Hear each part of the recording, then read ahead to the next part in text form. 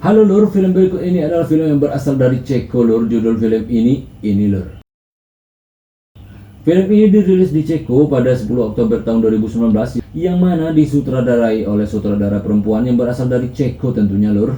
Dia adalah Irena Pavlaskova, sutradara sukses Ceko yang telah meraih penghargaan di ajang Cannes Film Festival tahun 1990 lewat filmnya yang berjudul Čas Luhur. Dan lewat film Pressy Orgy ini, Irina Pavlaskova juga mampu memenangkan penghargaan Best Feature Film di ajang Avanka Film Festival tahun 2020 ya lur. Dan film ini pun mendapat rating 4,9 dari IMDb dan hampir sepenuhnya film ini menggunakan bahasa Inggris. Dan di beberapa scene ada juga yang menggunakan bahasa Ceko lur. Nah gimana lur, sudah siap? Monggo lur. Berlatarkan tahun 1970 di mana negara Ceko saat itu masih bernama Cekoslovakia. Dan saat itu negara ini sedang menganut paham komunis tentunya ya lur. Dan seorang penulis yang berasal dari Kanada yang berkebangsaan Amerika datang ke sana dengan tujuan khusus. Dan saat itu tentu saja orang Cekoslovakia tak senang dengan Amrik ya lur. Jelas saja karena Amrik sangat menentang praktek komunisme saat itu lur. Nah si penulis yang bernama Nathan Zuckerman diperankan oleh Jonas Chernik. Dan di bandara dia disapa oleh seorang mahasiswa yang bernama Eva yang ngefans nama dia lur. Dan si Eva ingin menulis tesis tentang buku si Nathan itu lur. Dia meminta nama hotel si Nathan, dia akan datang ke sana nantinya katanya lur. Nah karena Nathan telah dijemput oleh si pemandunya yaitu Rudolf diperankan oleh Pavel Chris, obrolan dengan Eva pun akhirnya usai sudah. Larry Stern vás moc pozdravuje. Děkuju. Jak se Larry má? Já jsem Nathan. Vítejte v Praze, Nathan. Děkuji. Dobře. Moc dobře. Pánové, nechcete taxi? Ne, děkuji. Jaký jste měl let? Si Rudolf pun akan mempertemukan si Nathan dengan temannya yang mana dia adalah seorang direktur sebuah perusahaan penerbit buku di Cekoslovakia ini lur. Dan terlebih dahulu si Rudolf mengantarkan Nathan ke hotel lur. Dan dari bandara sampai ke hotel terlihat banyak sekali dia bertemu orang yang tak dikenalnya yang menawarkan berbagai jenis jasa dan ternyata semua mereka itu adalah intelijen Cekoslovakia ya lur. Dia diintai oleh para intelijen pemerintah Cekoslovakia saat itu lur. Nah ternyata Nathan tahu ya lur, dia diikuti. Dia pun mengintip orang-orang tersebut lewat jendela kamar hotelnya lur. Esok harinya usai mengikuti acara launching sebuah buku, Nathan pun bertemu dengan direktur perusahaan penerbit tersebut. Dia datang bersama bininya dan dia adalah Denek diperankan oleh Jiří Havelka. Dan Denek ini adalah orang yang tahu di mana benda yang dicari oleh si Nathan itu lur. Denek pun mengajak Nathan makan siang bersama bininya dan bini Denek ini adalah penulis juga lur. Dan disinilah Nathan mengutarakan niatnya datang ke kota Praha di Cekoslovakia ini. Simak baik-baik apa sih tujuannya ya lur. Hodně lidí si na to zvyklo. Samotná skutečnost, že okupaci v Československu každý nenávidí, neznamená nic. Zastaňte se autora proti kritikům a získáte v něm přítele. Zdeňku, to už jste udělal. Pan Zakrmen se tě ale ptá na tvůj příběh. A já mu odpovídám. Tak to udělej, konečně dělej, jdi k věci. Si Nathan sedang mencari manuskrip atau naskah sebuah buku yang ditulis oleh seorang penulis Yahudi lur, yang mana naskah itu akan dimusnahkan oleh pemerintah Cekoslovakia karena buku tersebut menyudutkan pemerintah saat itu lur. Dan Nathan ingin menerbitkan buku tersebut di Amerika ya lur. Intinya Nathan benar-benar bernyali datang ke sini untuk melawan arus lur. Terjadi perdebatan di sini antara Denek dan bininya. Denek ingin mempertemukan Nathan dengan orang yang memiliki naskah itu, namun bini Denek melarang karena berbahaya bagi mereka juga lur. Namun Denek bersikeras lur. Setelah berjalannya waktu, akhirnya bini Denek yang merupakan seorang Yahudi itu akhirnya tak bisa menolak. Dia pun mengatakan semoga sukses dan berlalu pergi lur. Pojďte se posadit. Proč? Takhle nemůžete odejít. Nenechte se vtahovat do našich historek. Oleh karena hal inilah Denek dan Nathan berteman baik lur. Dan Denek pun memberikan foto si orang yang memegang naskah buku tersebut. Dia juga seorang penulis wanita ternama Cekoslovakia dan dia suka berpesta di ruang bawah tanah kata Denek lur. Dan akhirnya Nathan bersama dengan pemandunya itu si Rudolf pergi ke ruang pesta tempat nongkrongnya si penulis itu. Dan mengejutkan banget bagi si Nathan lur, pesta di ruang bawah tanah itu benar-benar parah, nggak bermoral lagi lur. Semuanya bebas dan ini benar di luar kebiasaan si Nathan yang idealis dan tak suka dengan keglamoran lur. Terlihat sekali si Nathan nggak betah di situ ya lur. Dia pun meminta Rudolf segera mempertemukan dia dengan wanita itu. Dan tak lama kemudian datanglah wanita itu lur. Dia bernama Olga diperankan oleh Ksenia Rapoport. Nah si Olga ini orangnya tak seperti penulis lain yang banyak dikenal oleh Nathan lur. Si Olga ini nyentrik banget, humoris Dan ngomongnya suka ngawur ya lur. Usai mereka berkenalan, langsung Nathan mengatakan niatnya datang dan menemui si Olga.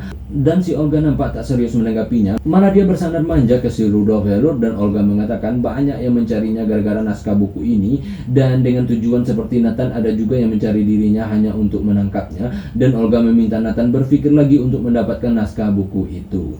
Pembicaraan hari itu benar-benar tak membuat Nathan puas lur, karena jawaban Olga tak pernah serius. Dia lebih suka membicarakan tentang gelut lur. Dalam otak si Olga ini hanyalah gelut rupanya lur. Obrolan mereka pun terhenti lur ketika ada seorang anak muda yang datang mencari Olga, bukan tentang buku melainkan tentang gelut lur. Si pemuda itu ingin melepaskan ting-tingnya dan Olga pingin banget yang ting-ting ya lur. Akhirnya Olga meninggalkan si Rudolf dan Nathan untuk pepet-memepet sama si pemuda itu lur. Pojďme. Já mu ji ukážu.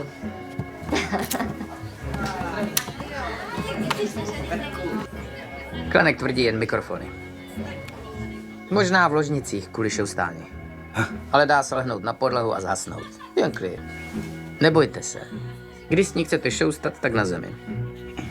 Usai pembicaraan itu si Olga meminta Rudolf dan Nathan pulang. Dia nggak ada waktu berbicara tentang hal yang sedang tak difikirkannya katanya lur. Nah di sini terlihat pula ternyata obrolan mereka telah disadap sama pihak intelijen lur. Semua orang Amrik yang datang ke sana mendapat perlakuan sama, yaitu disadap lur. Nah pulanglah Nathan dan Rudolf dari tempat si Olga itu lur. Dan malam itu Olga sempat hampir ditangkap. Ketika dia sedang bergelut dengan seseorang, polisi datang ke kamarnya lur dan menangkap pria yang bersama Olga. Ternyata pria itu mata-matanya Amrik lur. Oleh karena ini posisi Nathan pun dalam bahaya karena dia warga Amrik juga ya lur. Dan suatu malam Nathan mendapat kunjungan dari seorang mahasiswa yang datang dari jauh. Dia punya niat sama dengan si Eva saat di bandara lur, ingin membuat tesis dari buku-buku yang pernah ditulis oleh si Nathan. Dan di sini Nathan tak curiga apapun, dan di sudut tempat itu terlihat banyak intel berkeliaran menyelidiki gerak-gerik si Nathan lur. Já je znám taky. Dobrá, pojďme si je psát. Ať někoho neřekneme dvakrát. Jsou jen západní. Co třeba Komančové? Ano, jistě. Tady mám pero. Prosím. Začněte. Ty Hamantaschen Kmen. Sebuah rahasia mencengangkan tentang Rudolf kelihatan di scan ini lor. Ternyata Rudolf ini bukan orang biasa. Dia menjadi pendamping si Nathan, ternyata punya tujuan juga lor. Dan dia bukan semata-mata bekerja sebagai guide ya lor. Dan orang yang diam-diam bersama Rudolf ini adalah agen rahasia pemerintah atau dikenal dengan STB pada masa Cekoslovakia dulu lor. Nah pada suatu hari Olga datang menemui Nathan ke hotelnya karena mereka sudah membuat janji dan mereka pun pergi makan. Usai dari hotel, saat masuk ke restoran, Olga dan Nathan ditolak masuk karena kasus kontroversi si Olga serta kewarganegaraan Nathan. Mereka ditolak restoran takut bermasalah dengan pemerintah ya lur. Namun Olga maksa mereka pun masuk akhirnya lur. Di sini apalagi salah satu mahasiswa diam-diam membisikkan ke Nathan bahwa dia harus segera pergi dari Ceko dan kembali ke Amerika karena Nathan tak diinginkan di sini. Nah Nathan benar-benar bingung, banyak yang mengenali dirinya di sini. Apa yang terjadi dengan dirinya ini katanya lur. Namun karena misinya belum tuntas, dia pun memutuskan untuk lanjut lur. Kvůli mně? Včetně vás. Možná vás chtějí jen vystrašit. Udělat případ? Právě jsem přijel. Říkali, že vám hrozí zatčení za špionáž. Co za špi... Studuji na Karlově univerzitě. Zakázali mi psát diplomovou práci o vás. Vyslýchali mého profesora. Vyslýchali mě. Saat makan itu pula Olga menceritakan perjuangannya mempertahankan naskah buku itu lur. Dia juga mengalami berbagai penyiksaan akibat buku itu. Dia pernah diperkaos oleh agen-agen rahasia dan dia juga berulang kali dipenjara demi bisa mempertahankan naskah buku tersebut. Dan Nathan mengatakan dia berani bayar mahal untuk buku itu. Namun uang bukanlah tujuan utama Olga lur. Di balik nyentriknya si Olga ini ternyata dia nggak mata duitan juga ya lur. Já to vidím. A vy věříte všem těm jeho historkám? Aby mohl na svém mrtvém otci vydělat? Chci odvést ty povídky do Ameriky. Přijel. Ne kvůli Kafkovi, kvůli němu.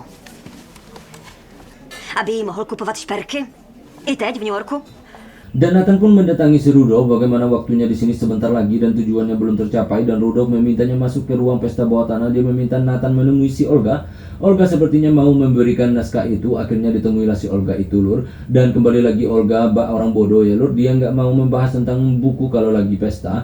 Dia malah ngajak Nathan berdansa. Ada berdansalah mereka. Sambil berdansa itulah si Nathan kembali meminta Olga memberikan naskah itu. Dan akhirnya Olga yang muak melihat si Nathan ini pun meminta Nathan menemuinya di rumahnya lur. Datanglah Nathan Nathan ke rumah si Olga. Cukup lama mereka berunding dan Olga meminta si Nathan menjaganya, dan Olga nggak mau naskah ini sampai ke tangan pemerintah lalu dimusnahkan, lur. Olga meminta komitmen si Nathan. Dia juga ingin Nathan mengembalikan naskah ini usai diterbitkan bukunya di Amerika, ya lur. Akhirnya diberilah naskah itu kepada si Nathan, lur. Nah, saat Nathan kembali ke hotel, dia pun akhirnya ditangkap oleh agen rahasia, lur, dan naskah buku itu pun diambil oleh agen tersebut. Usahanya selama ini pun sia-sia, ya lur. Nah, si Nathan dibawa ke suatu tempat. Dia diminta kembali ke Amerika atau dia akan membusuk di sini, katanya. Nathan nggak bisa berbuat apa-apa, lur. Nathan pun ditinggalkan di tempat sepi itu.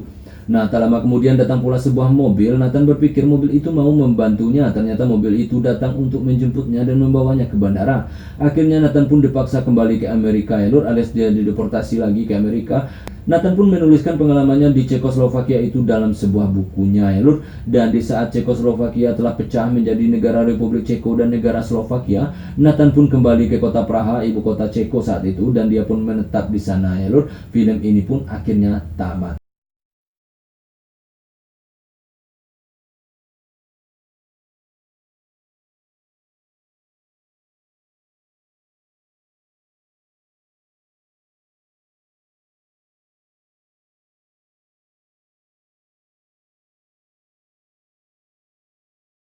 Untuk dulurku ketahui bahwasanya film ini adalah adaptasi dari cerita novel penulis Amerika yaitu Philip Roth dengan judul yang sama yaitu The Praha Orgy. Film ini dikembangkan oleh sang sutradara Irena Pavlaskova menjadi sebuah film yang bisa gue bilang cukup menjanjikan menjadi film bagus. Lord, film ini sebenarnya film mahal, menghabiskan banyak budget terutama dari kostum yang digunakan oleh para aktor serta pernak-pernik perlengkapan syuting itu menghabiskan banyak budget agar tampilan film ini mengarahkan khayalan penonton ke zaman 1970-an, ya lor. Dan secara visual menurut gue tampak sukses film ini. Namun film ini memiliki kelemahan dari sisi cerita yang sama sekali tidak kompleks menurut gue, lor. Cerita sama sekali tak menceritakan latar belakang sang aktor utama si Nathan Zuckerman yang diperankan oleh Jonas Chernik. Dan dia datang ke Praha, Ceko, langsung bertemu di bandara dengan Rudolf yang diperankan oleh Pavel Kris. Tentu sangat tak menjanjikan untuk cerita sebuah film yang berbudget mahal, ya lor. Ceritanya cenderung banyak seperti dipotong-potong gitu, dan ceritanya tidak nyambung satu scan ke scan yang lain. Itu susah banget untuk dinikmati film seperti itu menurut gue, lor.